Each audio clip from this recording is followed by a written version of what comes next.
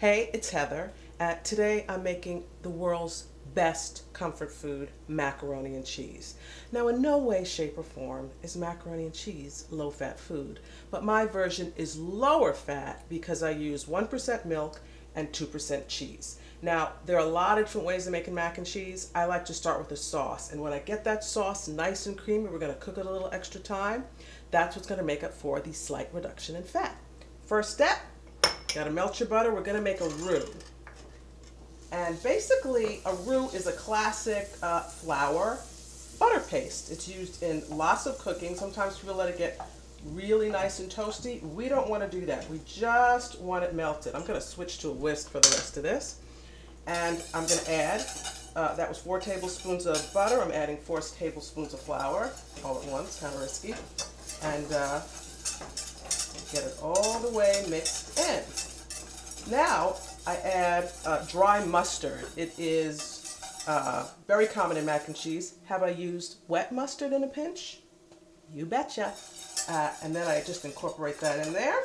And now I'm going to add my 1% milk. I have about 2½ cups here. I start slow because I want to get it all nice and incorporated. It's pretty forgiving. Don't sweat it if it's a little lumpy at this point. Ooh, there, now it's getting nice and smooth. We're going to add a little more. Now I'm just going to slowly pour in the rest. Whisk, whisk, whisk. Making sure I really smooth it out. Now I add my Worcestershire sauce, about a tablespoon, and a little bit of salt, about a teaspoon, and pepper. You can add cayenne, you could add any nutmeg sometimes. I've been here stirring, not constantly, but close, for about 6 minutes. And let me show you the consistency. It is, you coat the back of a spoon, and it just, your finger cuts right through. Nice and creamy. This is a nice thick bechamel. I'm now going to add about 2½ cups of my 3 cups of cheese. And I'm saving that last ½ cup to sprinkle on top. This is a pretty quick thing. The cheese is going to melt right away. And the important thing to do now, once it gets all melted, is taste it. You want your sauce here to be really well seasoned.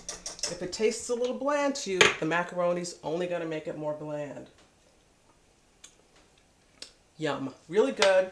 I get the nice sharp cheese, definitely highly seasoned. The Worcestershire and the mustard, they really add a nice kick to it. I'm now going to add this to my waiting baking pan of cooked macaroni. I happen to have a favorite brand. I always use Muller's. I don't know why. I think they're the best. Okay, so I'm now going to just pour it in. And it's a lot of sauce compared to the amount of pasta, but that's what works.